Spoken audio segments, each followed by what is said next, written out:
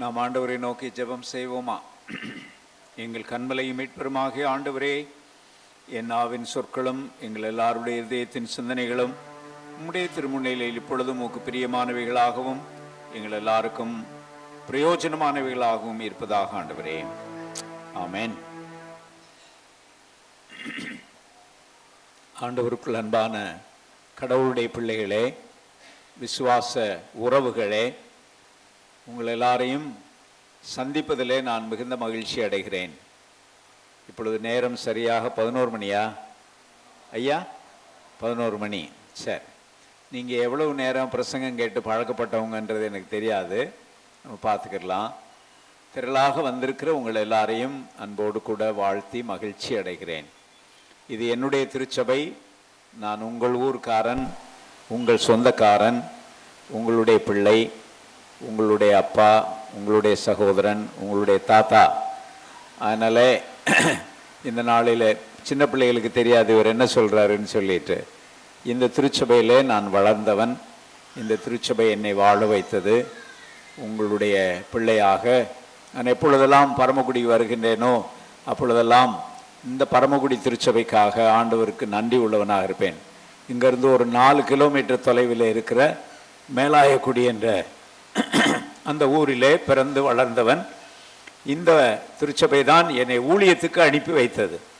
இங்கே இருந்த பாஸ்டேட் கமிட்டியிலே தீர்மானம் போட்டு எங்களுடைய பாஸ்டேட் கமிட்டியிலிருந்து எங்கள் ஊரில் இருந்து ஞானவரத்தை நாங்கள் ஊழியத்துக்கு அனுப்புகிறோம் என்று அருள் திரு TSA விக்டர், யாராவது ஞாபகம் இருக்கா ஐயாவை? TSA விக்டர் ஐயா இங்கே போதகராக இருந்த காலத்தில் நான் ஊழியத்துக்கு அனுப்பப்பட்டேன். என்னை ஊழியத்துக்கு ஒப்பு கொடுத்த இடமும் இதுதான்.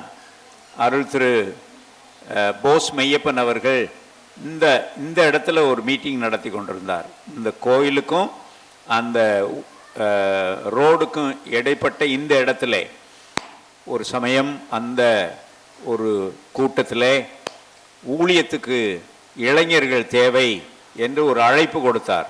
நான் மணிக்கூண்டுக்கு பக்கத்தில் ஒரு டென்ட் போட்டிருந்துச்சு, அப்போ ஒரு பந்தல் போட்டிருந்துச்சு.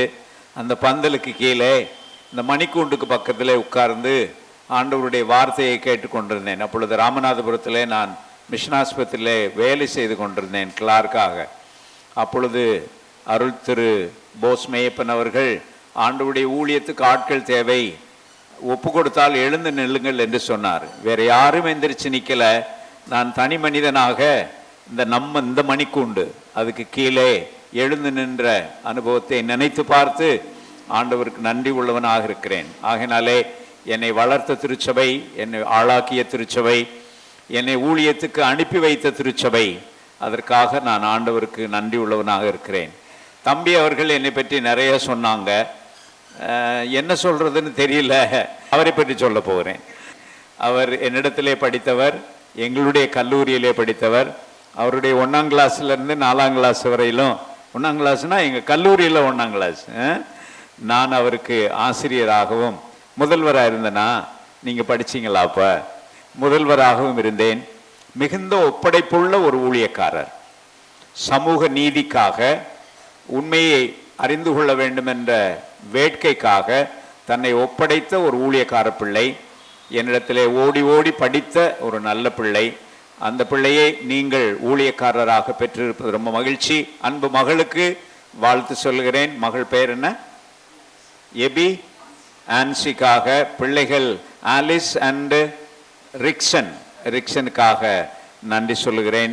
உங்களுடைய போதகரை நீங்கள் வாழ்த்துங்கள், அவரோடு ஒத்துழையுங்கள். அவருக்கு போதுமான எல்லா ஒத்துழைப்பையும் கொடுத்து இந்த திருச்சபை முன்னேற வேண்டும் என்று நான் வாழ்த்துகிறேன். திருச்சபை நிரம்பி இருக்கிறது, அது ரொம்ப சந்தோஷமா இருக்கிறது. சில சமயங்களில் நான் நம்முடைய திருச்சபைக்கு வரும்போது ஆட்கள் குறைவாக இருந்ததை பார்த்து நான் வருத்தப்பட்டிருக்கிறேன். என்னுடைய காலத்தில எல்லாம், நான் இங்கே இளைஞனாக இருந்த காலத்தில் மிக குறைவான மக்கள் தான் வருவார்கள். ஆனால் இன்றைக்கு திருச்சபை நிரம்பி இருக்கிறது. பெண் பிள்ளைகள், ஆண் பிள்ளைகள், பெரியவர்கள், அம்மாமார் எல்லோரும் நிறைந்து இருக்கிறீர்கள். நான் மகிழ்ந்து களி கூறுகின்றேன். என்னுடைய திருச்சபை வளர்ந்திருக்கிறது என்பதற்காக. அது மாத்திரமல்ல, நீங்கள் தாய் திருச்சபையாக ஆகிவிட்டீர்கள். உங்களுடைய குழந்தை திருச்சபை இப்பொழுது தனி பாஸ்டேட்டாக இருக்கிறது. ஒரு வகையில் சொல்ல போனால் அந்த பாஸ்டேட்ல தான் என்னுடைய சொந்த கிராமத்தை சேர்த்து விட்டார்கள். மேலாயக்குடி ஆயக்குடி என்ற அந்த திருச்சபை எமனேஸ்வரம் பாஸ்டேட்ல இருக்கிறது. ஆகினாலே நீங்கள் தாய் திருச்சபையாக இருப்பதை குறித்து ரொம்ப மகிழ்ச்சி. ஆண்டவர் உங்களை வாழ்த்தேற வேண்டும், உங்களை ஆசீர்வதிக்க வேண்டும் என்று நான் வேண்டிக் கொள்கிறேன். கர்த்தருடைய நல்ல பெயருக்கு, நல்ல திருப்பெயருக்கு மாட்சி உண்டாக வேண்டும் என்று நான் வேண்டிக் கொள்கிறேன். சரி, இன்னைக்கு ஆண்டவருடைய வார்த்தையை சொல்லும்போது தம்பி என்னிட சொன்ன, தம்பினா என்னுடைய தம்பி, அவர் என்னுடைய பிள்ளை. அதனால தம்பின்னு சொல்றதுனால நீங்க கவலைப்பட்டு, அவர் என்ன அண்ணன் அண்ணார்ல, அதனால நான் என்ன சொல்லலாம், சொல்லுங்க தம்பி சொல்லலாம். அண்ணே நீங்க தயவு செய்து இதுல நெல்லுங்க அண்ணே அப்படின்னாரு அந்த பக்கத்துல. நன்றி மகனே, எப்படியாவது என்னை இங்க நிற்க வச்சணும்னு முயற்சி பண்ணிட்டாரு. நன்றி மகனே, நன்றி. இந்த அருளுரை என்னுடைய யூடியூப்ல செலுத்தப்படும் என்பதையும் தெரிவித்துக் கொள்ளுகிறேன். நமக்கு அருமையாக இசை அமைப்பதற்காக ஒரு பிள்ளை அமர்ந்திருக்கிறார். உங்க பேர் என்ன சொன்னீங்க? மார்க் பெய்னி.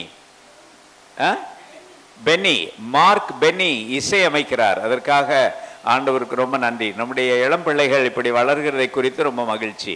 பிள்ளைகளெல்லாம் நிறைய பரிசு வாங்கினீர்கள், மகிழ்ச்சி. இதே கோயிலில் நான் நிறைய பரிசு வாங்கியிருக்கிறேன். நான் சின்ன பிள்ளையா இருக்கும்போது விபிஎஸ் இங்கே நடந்தது ஒரு சமயம். அந்த விபிஎஸ்ல பாட்டு பாடி பரிசு வாங்கின ஞாபகம் எனக்கு இருக்கிறது, உங்களை போன்ற காலத்தில். ஆகினாலே ரொம்ப நன்றி. எப்போ எங்கே போனாலும் எனக்கு எப்போதுமே நான் ஐயா சொன்னாங்கல்ல, அண்ணே நீங்கள் இங்கே நின்னீங்கன்னா உங்களுக்கு நல்லா தெரிவிங்க அண்ணே, அங்கே நின்னா மறைச்சிரும் அண்ணே அப்படின்னு சொன்னார். அதை பற்றி ஒரு சின்ன நகைச்சுவை சொல்லிட்டு நான் ஆண்டவருடைய வார்த்தைகளை போகிறேன். ஒரு முறை இப்படி தான் என்னை ஒரு இடத்துல பிரசங்கம் பண்ண கூப்பிட்டுருந்தாங்க. அப்போது அந்த பிரசங்கம் பண்ண கூப்பிட்டவர் என்ன சொன்னார், ஐயா உங்களுக்கு உயரமான மேடை கிடையாது, நீங்கள் சமதளத்தில் நின்று பேசணும், அதனால நீங்கள் சத்தமாக பேசணும் ஐயா அப்படின்னு சொன்னார். அது சரிதானே, சமதளம்னா எல்லாரும் உட்கார்ந்துருக்கிற சமதளம், உயரமான மேடை கிடையாது. சரிங்கய்யா பரவாயில்லையான்னு சொல்லிட்டு எனக்கு ஆண்டவருக்கு ரொம்ப நன்றி உள்ளவனாக இருக்கிறேன். என்னுடைய அப்பா திரு மாசிலாமணி உபதேசியார், யாராவது பார்த்தவங்க இருக்கீங்களா அங்கே? மாசிலாமணி உபதேசியார் அம்மா, ரொம்ப நன்றி அம்மா, ரொம்ப நன்றி. அவர் இந்த பாஸ்டேட்டில் உபதேசியாராக வேலை செய்தவர். எங்கள் அம்மா திருமதி ஏசடியால் மாசிலாமணி. அவங்களுக்கு நான் நன்றி உள்ளவனாக இருக்கிறேன். ஏனெனில் ஒரு நல்ல குரல் வளம் அவர்கள் வழியாக கடவுளால் எனக்கு கொடுக்கப்பட்டிருக்கிறது. இன்று வரையிலும் 70 வயதாகிவிட்டது. குரல் கொஞ்சம் கூட பாதிப்பு இல்லாமல் ஆண்டவருடைய ஊழியத்தை செய்வதற்கு நல்ல வாய்ப்பு கிடைத்திருக்கிறது. ஆனால் அந்த சொன்னார்ல, அவர் கீழே நின்று தான் பிரசங்கம் பண்ணணும், சத்தமாக பேசுங்கயான்னு. நான் சத்தமாக ஒரு கேள்வி கேட்டேன். என்ன கேள்வினா, பின்னாடி உட்கார்ந்துருக்கிற உங்களுக்கு நான் பேசுறது கேட்குதா அப்படின்னு சொன்னேன் இங்கிலீஷில். those of you are sitting at the back, can you hear me அப்படின்னு சொன்னேன். ஒருத்தர் பின்னாடி இருந்து ஒரு சவுண்டு விட்டாரு, சத்தம் கேட்குது ஆனால் ஆளை காணாமே அப்படின்னாரு.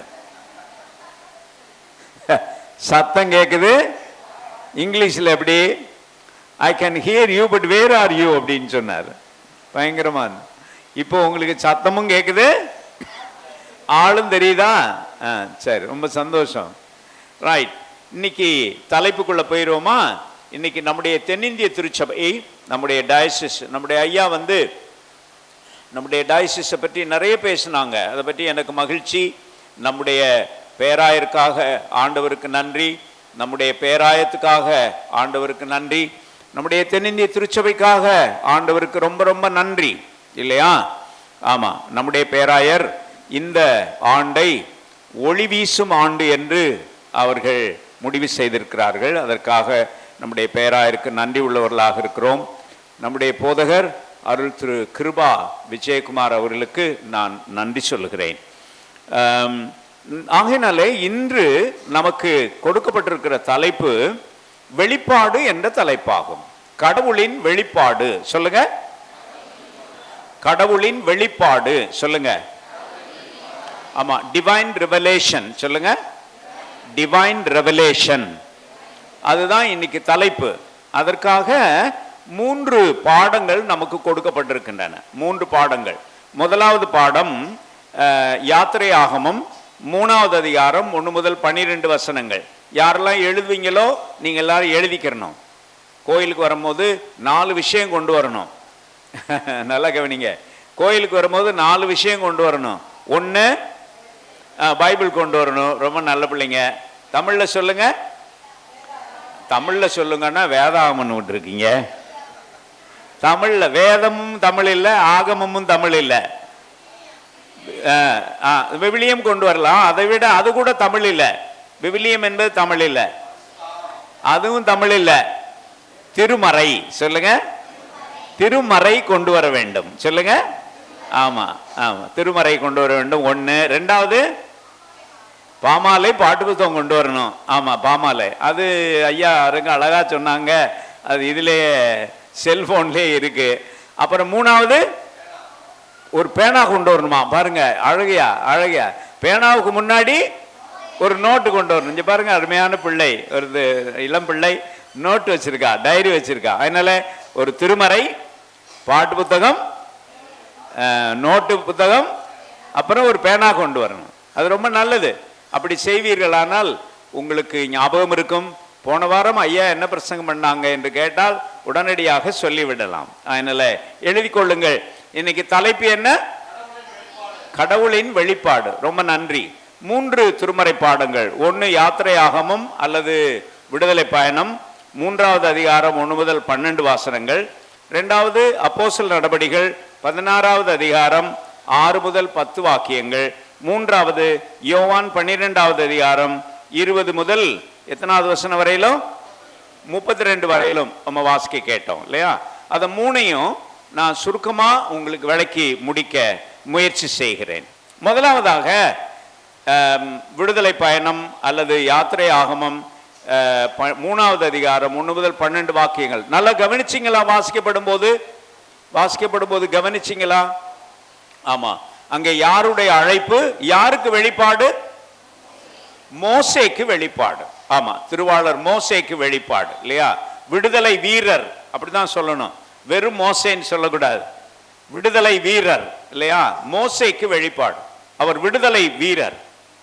அதனாலே நான் இப்படி எழுதி இருக்கிறேன் அன்பான நண்பர்களே. அந்த வெளிப்பாடு எப்படிப்பட்ட வெளிப்பாடு என்றால் விடுதலைக்கான வெளிப்பாடு. எழுதுங்க. A revelation for liberation. A revelation for liberation. லிபரேஷன்னா என்ன அர்த்தம்? விடுதலை. சொல்லுங்க. விடுதலைக்கான வெளிப்பாடு. மக்கள் எல்லாரும் எங்கே அடிமைகளாயிருக்கிறார்கள்? எகிப்து தேசத்திலே அடிமைகளாயிருக்கிறார்கள். அவர்கள் கூக்குரல் இடுகிறார்கள். அவங்க பட்ட பாடுகளை எல்லாம் கொஞ்சம் சொல்லுங்க பார்க்கலாம். அவருடைய மேஸ்திரிகள் அவர்களை போட்டு அடிக்கிறார்கள் இல்லையா? அவர்களுக்கு சரியான சாப்பாடு கிடையாது இஸ்ரவேல் மக்கள் இல்லையா? ஆமா, அவர்கள் எகிப்திலே அடிமைகளாயிருந்த பொழுது நம்முடைய நாட்டிலே ஒரு காலத்திலே ஒடுக்கப்படுகிறவர்கள் எவ்வளவு அடி வாங்கினார்களோ அதே போன்று அடிக்கப்பட்டார்கள். அவர்களுக்கு சாப்பாடு கிடையாது. அவர்களுக்கு தேவையான பொருள் கூட கொடுக்க மாட்டார்கள். தெரியுமில்ல, வாசித்திருக்கீங்கல்ல? இவர்களே போய் என்ன செய்யணும்? பிறக்கி கொண்டு வந்து அந்த அந்த செங்கலை எல்லாம் என்ன செய்ய வேண்டும்? உருவாக்க வேண்டும். அடி, உதை, பாடுகள், அப்பொழுது கூக்குரல். அப்பொழுதுதான் ஆண்டவர் சொல்லுகிறார், 3வது அதிகாரம் 7வது வசனம் வாசிங்க. அப்பொழுது ஆண்டவர் எகிப்தில் இருக்கிற என் ஜனத்தின் உபத்திரவத்தை பார்க்கவே. உபத்திரவம்னா என்ன அர்த்தம் ஐயா? துன்பம், வேதனை. ரொம்ப நன்றியம்மா. அந்த வேதனை என்ற வார்த்தை நல்ல. வேதனையை நான் பார்க்கவே பார்த்தேன். ஆலோட்டிகள்னா என்ன? ஆலோட்டிகள்னா என்ன? மேஸ்திரி. ஆலோட்டிகள்னா என்ன அர்த்தம்? மேஸ்திரி. மேஸ்திரி ரொம்ப எப்படி இருப்பார்? மேஸ்திரி ஆமா, ரொம்ப கடுமையா இருப்பார். அந்த சாதாரணப்பட்ட மக்கள், சாதாரண மேஸ்திரிக்கு கீழே வேலை செய்யறவங்களுக்கு பேர் என்ன? கூலிக்காரங்க. இவங்க கூலிக்காரங்களா வேலை செய்யறாங்க. அடிமைகள். கூலிகளுக்கு கூட கிடையாது மகளே, அடிமைகள். ஆலோட்டிகளால் வாசிங்க மகளே. அவர்கள் இடுகிற கூக்குரல். அப்ப எப்ப ஆலோட்டிகள்னால கூக்குரல் எப்ப வரும் மகனே? ஆலோட்டிகள் என்ன செய்வாங்க சொல்லுங்க? அடிப்பாங்க. என்ன மசமசன் வேலை செய்துட்டு இருக்கிற, ஓடு அப்படின்னு அடி. அந்த ஆலோட்டிகள்னாலே ஏற்படுகிற கூக்குரலை நான் கேட்கவே கேட்டேன். அவர்கள் படுகிற வேதனையை காணவே கண்டேன், அறிந்திருக்கிறேன். ஆகையினாலே அவர்களை என்ன செய்வேன்? விடுதலையாக்குவேன். அல்லேலூயான்னு சொல்லுங்க. ஆமா, நம்முடைய ஆண்டவர் விடுதலையின் ஆண்டவர். யாரும் யாருக்கும் சொல்லுங்க, யாரும் யாருக்கும் அடிமை இல்லை. யாரும் யாரை விட உயர்ந்தவரும் இல்லை, யாரும் யாரை விட தாழ்ந்தவரும் இல்லை. ஆகையினாலே நான் சமத்துவத்தின் ஆண்டவர், நான் விடுதலையின் ஆண்டவர். அதற்காக இப்பொழுது நான் காட்சி தருகிறேன் உனக்கு. எதிலே? முச்செடியிலே, இல்லையா? இந்த முச்செடியிலே எரிந்து கொண்டிருக்கிறது யார்? இந்த முச்செடியிலே எரிந்து கொண்டிருக்கிறது யார்? இயேசுவா? இல்ல. கவனிங்க, நல்லா கவனிங்க. அந்த முச்செடி யாரை குறிக்கும்? யாருக்கு தெரியும்? எகிப்தில் இருக்கிற ஜனங்கள். யார் சொன்னா? ரொம்ப நன்றி அம்மா. இறையல் ஆழம் இந்த திருச்சபையிலே, என்னுடைய திருச்சபையிலே இவ்வளவு இறையல் ஆழம். எல்லாரும் சொல்லுவாங்க, சாதாரணமா சில சபைகள்ல இந்த பந்தல்கள்ல சொல்லுகிறது என்ன தெரியுமா? முச்செடினா கடவுள் அப்படின்னு சொல்லுவாங்க. கடவுள் எரியவில்லை. ஒருவேளை கடவுள் அந்த முச்செடிக்குள்ளே எரிந்து கொண்டிருக்கிறார். யாரோடு சேர்ந்து?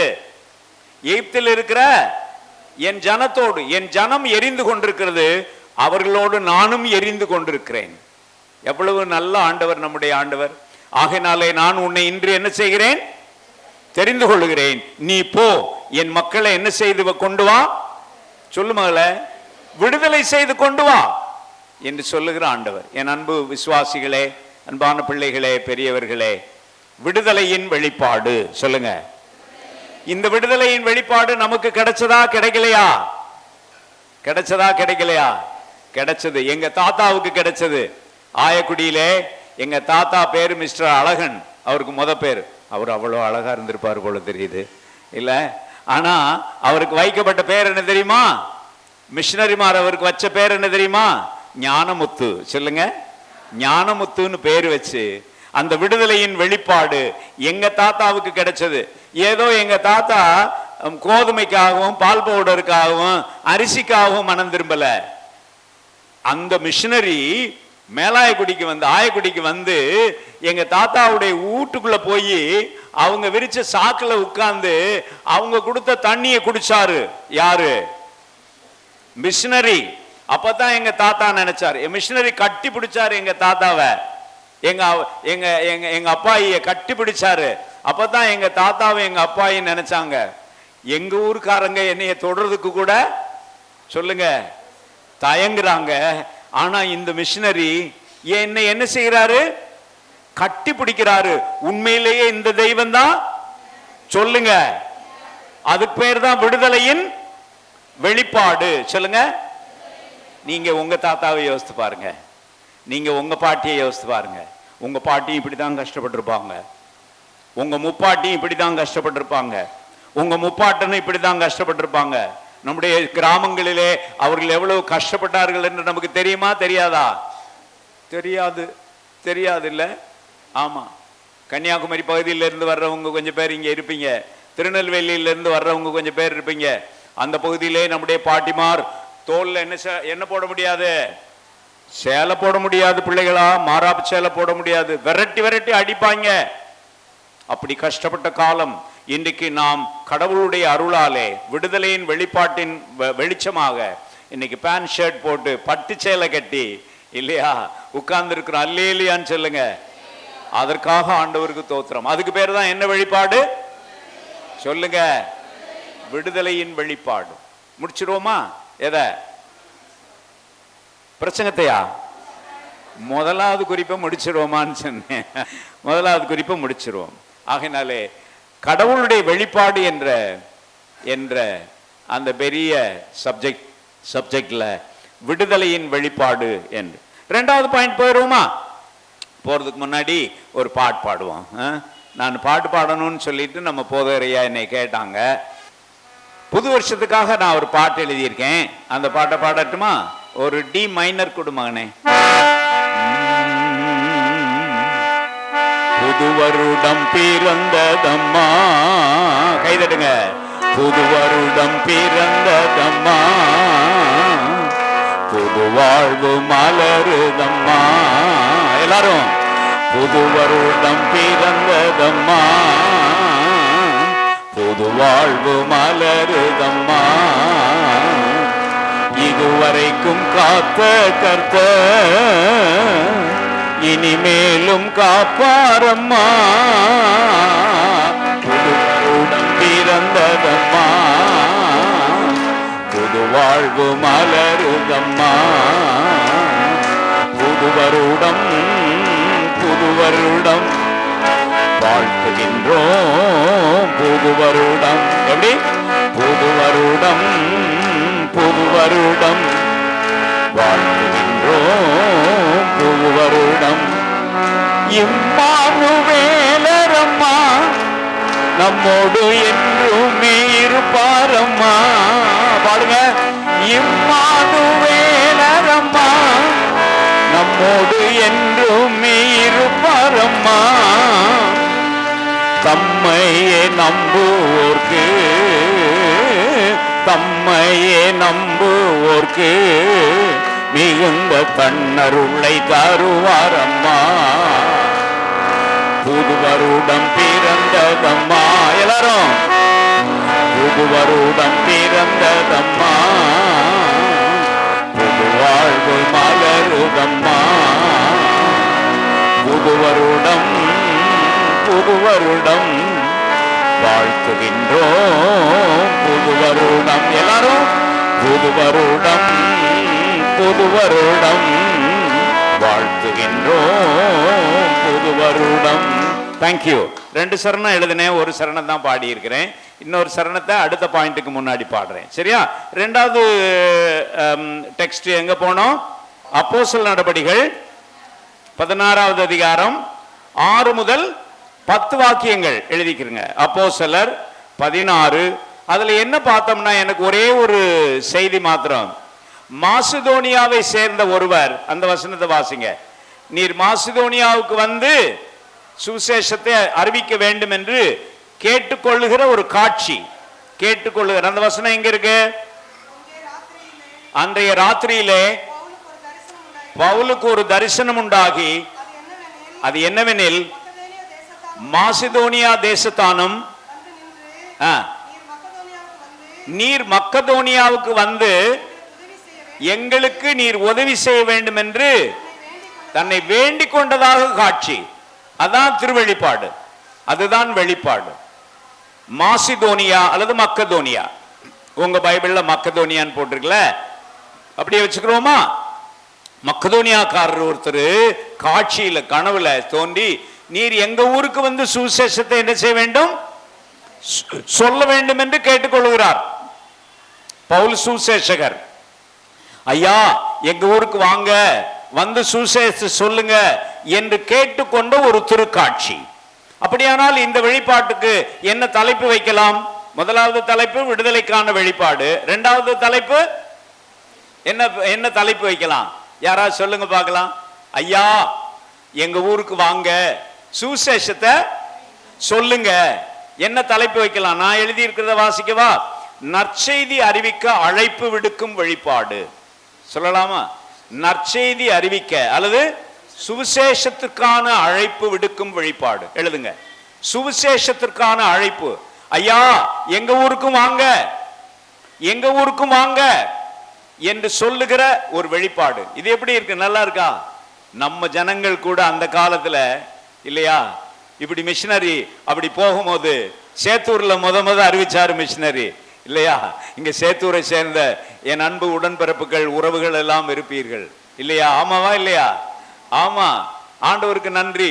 சேத்தூர்ல அறிவிச்சிட்டீங்கல்ல, முனைவெண்டியில அறிவிச்சிட்டீங்கல்ல, கோவானூர்ல அறிவிச்சிட்டீங்கல்ல, யமனேஸ்வரத்துல அறிவிச்சிட்டீங்கல்ல, எங்க ஊருக்கும் வாங்க என்று எங்க தாத்தா திரு அழகன் ஐயா எந்த ஊருக்கும் வாங்க, ஆயக்குடிக்கும் வாங்க ஐயா. அதுக்கு பேர் ஆயக்குடி. அது மேற்கு பக்கம் இருக்கிறதுனால மேல ஆயக்குடி, கிழக்கு பக்கம் இருக்கிறதுனால கீழாயக்குடி. ஆயக்குடிக்கும் வாங்க ஐயா என்று அழைப்பு விடுத்த அழைப்புக்கு ஆண்டவருக்கு தோத்திரம் தோத்திரம் என்று சொல்லுகிறேன். அன்னைக்கு எங்க தாத்தா அந்த அழைப்பை அந்த மிஷனரிக்கு கொடுத்திருக்காவிட்டால் இன்றைக்கு ஞானவரம் இங்கே இல்லை. இந்த இடத்துல நிற்க முடியுமா ஞானவரம்? நிச்சயமாக இல்லை. ஆகையினாலே நண்பர்களே, நற்செய்திக்கான அழைப்பு விடுக்கும் ஒரு பெரிய வெளிப்பாடு எங்களிடம் வாருங்கள், எங்களுக்கு நற்செய்தி வேண்டும்.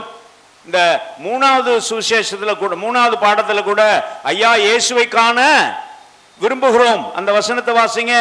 இயேசுவை காண விரும்புகிறோம்.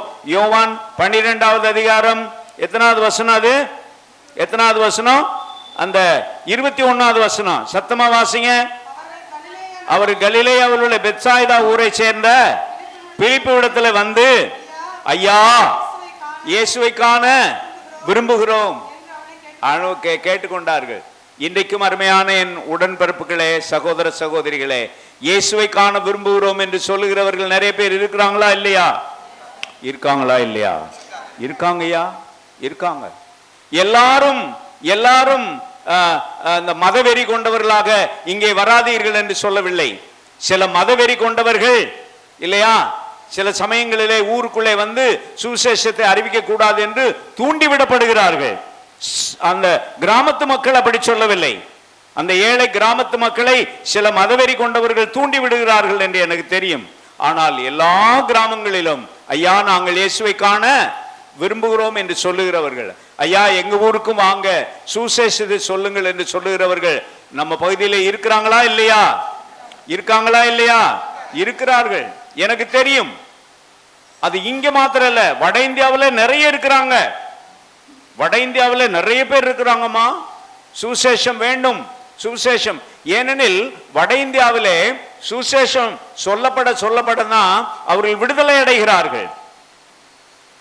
சடங்காச்சாரங்களிலே இருந்து, சம்பிரதாயங்களிலே இருந்து, மந்திர உச்சாடனங்களிலே இருந்து விடுதலை அடைகிறார்கள். அவர்கள் விடுதலை பற்றி கேள்வி கேட்கிறார்கள். கந்தமால்ல நடந்த விஷயம் தெரியுமில்ல உங்களுக்கு? தெரியுமா தெரியாதா? கந்தமால் இன்சிடென்ட் ஞாபகம் இல்லையா? ஆமா, அடித்து கொலை செய்யப்பட்டார்கள் கிறிஸ்தவர்கள். ஏன் அவர்களை அடித்தார்கள்? அவர்கள் கிறிஸ்தவர்கள் ஆகிவிட்டால் கேள்வி கேட்கிறார்கள், கல்வி பெற்று விடுகிறார்கள் இல்லையா, உரிமை பெற்று விடுகிறார்கள், வெளிச்சம் பெற்று விடுகிறார்கள் என்றுதான் அவர்களை அத்தனை பலவந்தமாக அடித்தார்கள் கந்தமாலிலே. ஆனால் இன்றைக்கும் சுவிசேஷம் அறிவிக்கப்படுகிறது வட இந்தியாவில். யாரெல்லாம் வட இந்தியாவில் சுவிசேஷம் அறிவிக்கிறாங்க சொல்லுங்க பார்க்கலாம். என்னென்ன மிஷனரிகள்லாம் இருக்கிறாங்க? FMBB மிஷனரிகள், பிரெஞ்சு மிஷனரி பிரேயர் பேண்ட், அப்புறம் IEM இந்தியன் இவெஞ்சலிக்கல் மிஷன், அப்புறம் BYM ஆமா பிளெஸிங் யூத் மிஷன். ஆமா, எங்களுடைய குடும்பத்திலே கூட BYMல மிஷனரிகளாக இருந்து ஓய்வு பெற்றவர்கள் எங்களுடைய குடும்பத்தில். நம்முடைய அம்மாவுடைய என்னுடைய மனைவியினுடைய கூட பிறந்த அண்ணன் BYM மிஷனரியாக அவரும் அவருடைய மனைவியும் ஊழியம் செய்தார்கள். சுவிசேஷத்தை அறிவித்துக் கொண்டே இருக்கிறார்கள். எங்கே? வட இந்தியாவில். நாமும் சுவிசேஷம் அறிவிக்க வட இந்தியாவுக்கு என்ன செய்ய வேண்டும்? போக வேண்டும். போவீங்களா? போவீங்களா? நான் இன்ஜினியர் ஆகணும், நான் டாக்டர் ஆகணும், நான் வேற என்ன ஆகணும், பெரிய பெரிய ஆபீசர் ஆகணும்னு நினைக்கிற வாலிப பிள்ளைகளே, மிஷனரிகளாக அழைப்பு வந்தால் போவீங்களா? சுவிசேஷத்தை அறிவிக்க உங்களுக்கு ஆர்வம் உண்டா என்று கேட்கிறேன். போக வேண்டும். அந்த வெளிப்பாடு இன்றும் வர வேண்டும். அதுக்கு நீங்க ஒண்ணு செய்யணும். நான் ஒரு சவால் விட்டுட்டு போறேன் உங்களுக்கு. நம்ம சர்ச்சில் இருந்து ஒரு மிஷனரிய உங்களால தாங்க முடியுமா? என்ன பரமக்குடி என்ன சாதாரணமான திருச்சபையா? நூற்றாண்டு திருச்சபை. 100 வருஷம் வந்துருச்சா நம்முடைய திருச்சபைக்கு? 180 வருஷம். இங்க பாருங்க, இவர 180 வருஷங்கள் ஆகிவிட்டன நம்முடைய திருச்சபை தொடங்கி. ஒரு மிஷனரி எத்தனை மிஷனரியை தாங்குறீங்க சொல்லுங்க பார்க்கலாம். இல்ல. அப்ப கவலையா இருக்குல்ல. இன்னைக்கு நான் ஒரு சவாலை உங்களுக்கு வைத்து விட்டு போகிறேன். பெரியவர்கள் இருக்கிறீர்கள், அம்மாமார் இருக்கிறீங்க. ஒன்னு இல்ல, ஒரு மாதத்துக்கு ஒரு மிஷனரிக்கு ஒரு 10,000 ரூபாய் சம்பளம் கொடுக்கணும். எல்லாரும் சேர்ந்து கொடுப்பீங்களா? எல்லாரும் சேர்ந்து கலெக்ட் பண்ணி ஒரு மாசம் 10,000 ரூபாய். அது வட இந்தியாவுக்கு போற மிஷனரியா இருந்தா 10,000 ரூபாய். நம்முடைய டயசிஸ்லயே மிஷனரி இயக்கம் இருக்கிறது, HMS ஹோம் மிஷனரி சொசைட்டி இல்லையா? அவர்களுக்கு நீங்க ஒரு மிஷனரியை கொடுத்தீங்கன்னா 5,000 ரூபாய் கொடுத்தா போதும். லோக்கல்ல அவங்க வீடு கொடுத்துருவாங்க. 5,000 ரூபாய் மாசம். 5,000 ரூபாய் ஒரு மிஷனரி கொடுக்க மாட்டீங்க? கொடுப்பீங்களா? முடியாதா? ஒரு மிஷனரி அனுப்புங்க. ஐயா இயேசுவை காண விரும்புகிறோம், ஐயா எங்களுக்கு வந்த ஆண்டவரை பற்றி சொல்லுங்க. இருக்கிறாங்களா இல்லையா? நம்முடைய போதகர் ஐயாவுக்கு இன்றைக்கு ஒரு சவாலாக நான் சொல்லிவிட்டு போகிறேன். நீங்கள் ஊழியத்தை தாங்க வேண்டும். இரண்டாவது குறிப்பை முடிச்சிருவோமா? 10 நிமிஷத்துல முடிச்சிடலாமா? சொல்லுங்க. ஆமான்றத பாரு. இயேசுவே லட்சியம். பயங்கரமான ஆளுகையா. முடிச்சிடலாமான்னா முடிச்சிடலாம். பயங்கரமான காலையில சாப்பிடல. இதுக்கு வேற தயவு செய்து சாப்பிட்டுட்டு வாங்க. இதெல்லாம் ரொம்ப தப்பான விஷயம். நீங்க கோயிலுக்கு கட்டாயம் எப்படிதான் வரணும்? சாப்பிட்டு தான் வரணும். ஏன் தெரியுமா? நான் ஒரு டயபெட்டிக் பேஷண்ட். காலையில நான் எத்தனை மணிக்கு புறப்பட்டோம் தம்பி? 6 மணிக்கு புறப்பட்டோம்ல, 6:30க்கு புறப்பட்டோம். அதுக்கு முன்னாடி 2 தோசை சாப்பிட்டு தான் வந்திருக்கிறேன். சாப்பிட்டுட்டு தான் வரணும். ரொம்ப குறிப்பா ஒண்ணு சொல்லிடுறேன். யாரெல்லாம் இங்க சர்க்கரை பிரச்சனை, சர்க்கரை வியாதி, டயபெட்டிஸ், சுகர் ப்ராப்ளம் இருக்கிறவங்க இருக்கீங்களோ, சாப்பிடாம கோயிலுக்கு வரவே சொல்லுங்க. கூடாது. இங்க நின்றுக்கிட்டு நான் சாப்பிடாம வந்திருக்கிறேன், பிரசங்கத்தை சீக்கிரம் முடி, ஆமா ஐயர்ட்ட ஜபத்தை சீக்கிரம் முடி, அப்படின்லாம் சொல்லக்கூடாது. சரிதானா? சாப்பிட்டு வாங்க. உங்களை சாப்பிடாம வரணும்னு சொல்லிட்டு கடவுள் சொல்லவே இல்லவே இல்லை. சாப்பிட்டு வந்தா அவங்களுக்கு ஆசீர்வாதம் கம்மி, சாப்பிடாம வந்தா அவங்களுக்கு ஆசீர்வாதம் கூடன்னு கடவுள் எங்கேயாவது சொல்லியிருக்காரா? சொல்லியிருக்கிறாராமா? இல்லவே இல்லை. கவனமா இருங்க. போதுமா? போதுமா? ஆமா. 3வது பாயிண்ட்க்கு போயிடுவோமா? 3வது பாயிண்ட். அப்ப 1 சொல்லுங்க. முதல்ல தலைப்பு, மொத்த தலைப்பு என்ன? கடவுளின் வெளிப்பாடு. 1வது குறிப்பு விடுதலையின் வெளிப்பாடு. 2வது சுசேஷத்தை அறிவிக்க வாங்க என்று சொல்லுகிற வெளிப்பாடு. 3வதாக இப்படி எழுதி இருக்கிறேன். யோவான் 12:20 முதல் 32. அனைவருக்கும் உரிய வெளிப்பாடு. என்ன வெளிப்பாடு? அனைவருக்கும், எல்லாருக்கும் உரிய வெளிப்பாடு. 2 குறிப்பு சொல்ல போறேன். 1, இயேசுவை காண வேண்டும் என்று வந்தவர்கள் எந்த நாட்டை சேர்ந்தவர்கள்? யார் யார் யார் சொல்லுவா? கிரேக்க நாட்டை சேர்ந்தவர்கள், கிரேக்க ஞானிகள். கிரேக்க ஞானிகள் அவர்கள் இயேசுவை காண விரும்புகிறோம் என்று சொல்கிறார்கள். அவர்கள் யூதர்கள் அல்ல. யூதர்களுக்கு மட்டுமா சுவிசேஷம்? இல்ல, யாருக்கும் சுவிசேஷம்? கிரேக்கர்களுக்கு. அது மாத்திரமல்லாமல் அங்க 12வது அதிகாரம் 32வது வசனம் எனக்கு ரொம்ப பிடிச்சிருக்குங்க. நானும் பூமியில் இருந்து உயர்த்தப்பட்டிருக்கும் போது எல்லாரையும் என்னிடத்தில் இழுத்துக் கொள்வேன். யாரை இழுத்துக் கொள்வேன்? யாரை இழுத்துக் கொள்வேன்? எல்லாரும் சொல்லுங்க பார்க்கலாம். எல்லாரையும், எல்லாரையும் இழுத்துக் கொள்வேன். யூதர்களை மட்டும் இழுத்துக் கொள்வேன் என்பது தப்பு. அந்த நம்ம லூக்கா 2:10 மனப்பாடமா சொல்லுங்க பார்க்கலாம். மனப்பாடமா சொல்லுங்கன்னா பைபிளை பரட்டுறத பாரு. லூக்கா 2:10 மனப்பாடமா சொல்லுங்க. தொடங்கி விட்டா சொல்லிடுவீங்க. இதோ இல்ல லூக்கா 2:10 இதோ எல்லா ஜனங்களுக்கும் மிகுந்த சந்தோஷத்தை உண்டாக்கும் நற்செய்தி உங்களுக்கு அறிவிக்கிறேன். எல்லா ஜனங்களுக்கும்னா யாரு? யூதர்கள், கிரேக்கர்கள், சமாரியர்கள், அசீரியர்கள் இல்லையா, அப்புறம் ரோமர்கள், எல்லா ஜனத்துக்கும். ஆனா இந்த யூதர்கள் நினைச்சாங்க எங்களுக்கு மட்டும்தான், எங்களுக்கு மட்டும்தான். அது ரொம்ப இது என்ன என்ன எண்ணம் அது? ஆமா, சுயநலமான எண்ணம். எல்லா ஜனங்களுக்கும் சுவிசேஷத்தை அறிவிக்கிற ஒரு பெரிய வெளிப்பாடு, திருவெளிப்பாடு, திருவெளிப்பாடு. ஆகையினாலே நண்பர்களே, ஆண்டவர் உடைய வெளிப்பாடு எல்லா ஜனங்களுக்கும் உள்ளது என்பது நிச்சயமான உண்மை. இந்த நாளில் இன்னொன்றையும் சொல்லி நான் முடிக்க போகிறேன். இந்த முடிக்க போறேன்னு சொல்றீங்க, முடிக்க மாட்டேங்கிறீங்க. இன்னும் ஒன்று சொல்லிட்டு முடிக்கட்டுமா இன்னைக்கு? அதுக்கு முன்னாடி இந்த முடிக்க போறேன்றதுக்கு ஒரு கதை வச்சிருக்கேன், அதை சொல்லிடுறேன். போதறையா? இன்னொரு கதை சொல்லிட்டுமா? அவர் ஓயாம கையை எடுக்கிறாரு. மரியாதை உள்ள ஒரு மகன், மரியாதை உள்ள மகன். அதனால என்னுடைய பிள்ளை தானே, அப்பாவுக்கு ஐயா அப்பாவை கையெடுத்து கும்பிடக்கூடாது. அப்பாவை யாராச்சும் கையெடுத்து கும்பிடுவாங்களா? அப்பா மகன் என்பது என்னுடைய என்னுடைய மாணவர் அவர், நான் அவருடைய ஆசிரியர். அந்த பிள்ளை ஆமாமா, அதனாலதான் கையெடுத்து கும்பிடுறாராம். இப்படிதான் ஒரு ஊர்ல ஒரு பிரசங்கியார் பிரசங்கம் பண்ணிக்கிட்டு இருந்தாராம். கடைசி கதை கவனிங்க. ஒரு ஊர்ல ஒரு பிரசங்கியாரு பிரசங்கம் பண்ணிக்கிட்டு இருந்தாராம். அவர் என்ன செய்தாரு? 1.5 மணி நேரம் பிரசங்கம் பண்றாரு. ஒரு 1.25 மணி நேரம் இருக்கும்போது, பிரியமானவர்களே நான் முடிக்க வேண்டும் அப்படின்னாரு. இப்ப நான் சொன்னேன்ல அது மாதிரி, பிரியமானவர்களே முடிக்க வேண்டும் அப்படின்னு சொல்லிட்டு அப்புறம் ஒரு 1/4 மணி நேரம் பேசினாரு. பேசிட்டு முடிச்சிட்டார். முடிச்சிட்டு வெளியே போய் நின்று எல்லாரும் தோத்திரம் போட்டுக்கிட்டு இருந்தார். அப்ப நம்ம போதகர் ஐயா மாதிரி ஒரு வாலிப பையன் வந்தாரு. வந்து தோத்திரம் ஐயா அப்படின்னு தோத்திரம்னு. அப்போ உடனே பிரசங்கம் கேட்டீங்களான்னாரு இந்த பிரசங்கியாரு. ஆமா கேட்டேன்னு. உன் பிரசங்கம் பிடிச்சிருந்துச்சா? சில சமயங்கள் இந்த பிரசங்கியாருக்கு என் பிரசங்கம் உங்களுக்கு பிடிச்சிருக்கான்னு கேட்பாங்க. அது ரொம்ப அபத்தமான விஷயம். அப்போ பிரசங்கம் பிடிச்சிருந்துச்சுன்னா கேட்கும் போது என்ன சொல்றது சொல்லுங்க? வேற வழியில் என்ன பாருங்க, வேறு பயங்கரமான ஆளா இருக்கிறாரு. கேட்கும் போது சொல்லித்தானே ஆகணும். ஆமா எனக்கு பிடிச்சிருந்துச்சு அப்படின்னா அந்த பையன் உடனே இவர் விட மாட்டேன்ட்டு எந்த இடம் உங்களுக்கு ரொம்ப பிடிச்சிருந்துச்சு? அதுக்கு அந்த பையன் என்ன சொன்னான் தெரியுமா? இந்த முடிக்கிறேன்னு சொன்னீங்கல்ல, எந்த இடம் நான் முடிக்கணும் அப்படின்னு சொன்னீங்கல்ல, அந்த இடம் உங்களுக்கு கூட அந்த இடம் தானே இப்ப பிடிச்சிருக்கு. ஆமாவா இல்லையா? இல்லையா? சரி போலாமா? கடைசியா ஒண்ணு சொல்லி முடிச்சிடுறேன். நாளைக்கு 6ஆம் தேதி என்ன பண்டிகை? ஆகா இல்ல, உடன்படிக்கை பண்டிகை வந்து 1ஆம் தேதி முடிஞ்சு போச்சு. நாளைக்கு 6ஆம் தேதி நீங்க லூத்ரன் சர்ச்சுக்கு போனீங்கன்னா நாளைக்கு சர்வீஸ் வைப்பாங்க. லூத்ரன் சர்ச்சில் ரோமன் கத்தோலிக்க சபையில நாளை காலையிலேயும் சர்வீஸ் இருக்கும், ஈவினிங்கும் சர்வீஸ் இருக்கும். நம்ம ஆங்கிலிக்கன் பழைய ஆங்கிலிக்கன் பாரம்பரியம் தானே, உங்களுக்கு கட்டாயம் தெரிஞ்சிருக்கணுமே. ஜனவரி 6ஆம் தேதி என்ன பண்டிகை? மகிமை விளங்கும் பண்டிகை. யாருக்கு தெரியல? மறந்துட்டீங்களே.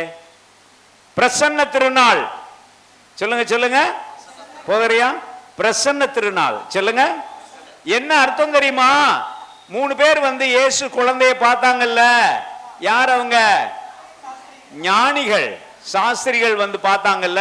அது நாளைக்கு தான். நாளைக்காக அதை நினைவு கூறுகிற நாள். சரியா? பிரசன்ன திருநாள் சொல்லுங்க. மகிமை விளங்கும் பண்டிகை. இங்கிலீஷ்ல எப்பிஃபனி சொல்லுங்க. எப்பிஃபனி. ஆமா நம்ம இதுல போட்டிருக்கு, நம்முடைய இதுல போட்டிருக்கு. அதனால என் அன்பான உறவுகளே, அந்த 3 ராஜாக்களும் எங்க இருந்து வந்தாங்க? பாபிலோன்ல இருந்து வந்தாங்க. சொல்லுங்க. அவங்க யூதர்களா? சொல்லுங்க. இல்ல, பாபிலோன்ல இருந்து வந்த பாபிலோனியர் சொல்லுங்க. பாபிலோன் தேசத்தை சேர்ந்தவர்கள். அவருக்கு யூதர்கள் அல்ல. ஆகையினாலே என்னுடைய 3வது குறிப்புக்கு இன்னும் ஒரு வலு சேர்க்குதா? 3வது குறிப்பு என்ன சொன்னேன்? எல்லாருக்கும் ஒரு சுவிசேஷம், எல்லாருக்கும் இயேசு. சொல்லுங்க, எல்லாருக்கும் இயேசு. நம்முடைய பேராயர் ஒரு அழகான ஸ்லோகன் வைத்திருக்கிறார். எல்லாருக்கும் எல்லாமும். சொல்லுங்க, எல்லாருக்கும் எல்லாமும். அதுதான் இந்த நாளின் தலைப்பு. 3வது தலைப்பு அதுதான். எல்லாருக்கும் சுவிசேஷம். ஆகினாலே கிரேக்கருக்கும் சுவிசேஷம் சொல்லுங்க, ரோமருக்கும் சுவிசேஷம், யூதருக்கும் சுவிசேஷம், சமாரியருக்கும் சுவிசேஷம், பாபிலோனியருக்கும் சுவிசேஷம். எங்களுக்கு மட்டும்தான் என்று சொல்லுகிற ஏதாவது தப்பு எண்ணம் இருந்தா அதை அறவே என்ன செய்திடணும்? அறுத்து எரிஞ்சிடணும். எங்களுக்கு மட்டும்தான், எங்களுக்கு மட்டும் இது இன்னொரு கொஞ்சம் கூடுதல் முக்கியத்துவம் அப்படின்லாம் பேசக்கூடாது. எல்லாருக்கும் சமமான. அதனாலதான் நான் பேராயிரத்திலே சொன்னேன், எல்லாருக்கும் எல்லாமும் சமமாக. சொல்லுங்க, எல்லாருக்கும் எல்லாமும் சமமாக என்ற சுவிசேஷத்தின் அந்த அழுத்தத்தை இந்த நாளிலே நாம் பெற்றுக்கொள்ளுகிறோம். முடிக்கட்டுமா? முடிச்சிருவோமா? 1 சொல்லுங்க. இன்னைக்கு பெருந்தலைப்பு என்ன? கடவுளின் வெளிப்பாடு. முதலாவது என்ன குறிப்பு? விடுதலையின் வெளிப்பாடு. யாரும் அடிமைகளாக இருப்பது கடவுளுக்கு பிரியமானது அல்லவே அல்ல. அப்படியானால் அடிமைப்படுத்துகிறவர்களை கர்த்தர் என்ன செய்வார்? கட்டாயமாக கண்டிப்பார். இஸ்ரவேலரை தண்டித்த கடவுள் அடிமைப்படுத்துவர்களை கண்டித்தே தீருவார். அதிலே நான் இப்பொழுது இன்னொன்று கூட சொல்ல வேண்டும். இன்றைக்கு காசாவிலே நடக்கிற சண்டையிலே, பாலஸ்தீனாவிலே நடக்கிற சண்டையிலே பெஞ்சமின் நத்தனியாகு அவருடைய அநியாயமான படை வீரர்களை வைத்து எத்தனாயிரம் பேரை கொன்று போட்டார்? 65,000 பேரை கொன்று போட்டார். இஸ்ரேல் படை பாலஸ்தீனாவிலே எத்தனாயிரம் பேரை கொன்று போட்டார்கள்? 65,000 பேர். அந்த 65,000 பேர்ல 40,000 பேர் குழந்தைகள். ஐயா போதரையா, நீங்க ஜெபம் பண்ணும் பொழுதெல்லாம் பலஸ்தீனாவிலே சமாதானம் ஏற்பட வேண்டும் என்று ஜெபிக்கணும். இஸ்ரேலுக்காக நீங்க ஜெபம் பண்ணுங்க. இஸ்ரேல் மனம் திரும்பணும்னு தான் ஜெபம் பண்ணணும். ஆண்டவரே 65,000 பேர் என்ன போட்டு விட்டார்கள். ஆமா, கொஞ்சம் பேர் இஸ்ரேலிலும் இறந்து விட்டார்கள், அது உண்மைதான். சண்டை நடக்கவே கூடாது ஆண்டவரே, சமாதானம் ஏற்பட வேண்டும், விடுதலை ஏற்பட வேண்டும். அப்படியானால் முதலாவது குறிப்பு என்ன சொன்னேன்? விடுதலைக்கான வெளிப்பாடு. இரண்டாவது நற்செய்திக்கான அழைப்பு தருகின்ற வெளிப்பாடு. மூணாவது எல்லாருக்கும் உரிய வெளிப்பாடு. யாரும் இங்கே உயர்வு தாழ்வு கிடையாது, எல்லாரும் சமத்துவமான வெளிப்பாடு என்பதை ஆண்டவர் இந்த நாளிலே உங்களுக்கு சொல்லி இருக்கிறார். இந்த வெளிப்பாட்டை நாம் எல்லாரும் பெற்றுக்கொள்கிறோம். உனக்கு அந்த வெளிப்பாடு உண்டா இல்லையாமா? உனக்கு உண்டா இல்லையா? ஆமாவா இல்லையா? ஆமா, எனக்கும் அந்த வெளிப்பாடு உண்டு. அந்த வெளிப்பாடு இங்கே கிடைத்தது என்று சொல்லி போட்டேன் இல்லையா? பரமக்குடியிலே மணிக்கூண்டுக்கு கீழே கிடைத்த அந்த பெரிய வெளிப்பாட்டுக்காக ஆண்டவருக்கு தோத்திரம். ஜெபம் செய்வோமா? ஜெபம். அன்பு நிறைந்த ஆண்டவரே, உம்முடைய பெருங்கருணைக்காக நன்றி உள்ளவர்களாக இருக்கிறோம். இறை திருவெளிப்பாடு என்ற தலைப்பிலே, இறை திருவெளிப்பாடு என்ற தலைப்பிலே ஆண்டவரே, விடுதலைக்கான வெளிப்பாடை நீர் எங்களுக்கு கொடுத்ததற்காக நன்றி. எங்கள் முன்னோருக்கு, இந்த பகுதியிலே வாழ்ந்த, எங்களுடைய கிராமப்புறங்களிலே வாழ்ந்த எங்கள் முன்னோருக்கு நீர் திருவெளிப்பாட்டை விடுதலையின் வெளிப்பாடாக கொடுத்ததற்காக உமக்கு தோத்திரம். அது நற்செய்தியை அறிவிப்பதற்குரிய வெளிப்பாடாக திகழ்வதற்காக உமக்கு தோத்திரம். இந்த நாளிலே எங்களுடைய அன்பான இந்த திருச்சபை மக்கள், நாங்களே ஒரு மிஷனரியை தாங்குவோம், அந்த மிஷனரிக்காக நாங்கள் கட்டாயமாக உதவி செய்வோம் என்று ஒரு ஒப்படைப்பை செய்திருக்கிறார்கள். ஆண்டவரே, அந்த ஒப்படைப்பிலே இந்த பிள்ளைகள் உண்மை உள்ளவர்களாயிருக்க அவர்களுக்கு உதவி செய்ய வேண்டும் என்று ஜெபிக்கிறோம். எல்லாவற்றுக்கும் மேலாக அந்த இறை திருவெளிப்பாடு அனைவருக்கும் உரிய வெளிப்பாடாக இருக்கிறபடியினாலே உமக்கு தோத்திரம். தொடர்ந்து உம்முடைய பெருங்கருணை எங்களை காப்பதாக இயேசு ஆண்டவருடைய திருப்பெயரிலே தாழ்மையோடு வேண்டிக் கொள்கிறோம். இரக்கமுள்ள இறைவா, ஆமென். தேங்க்யூ.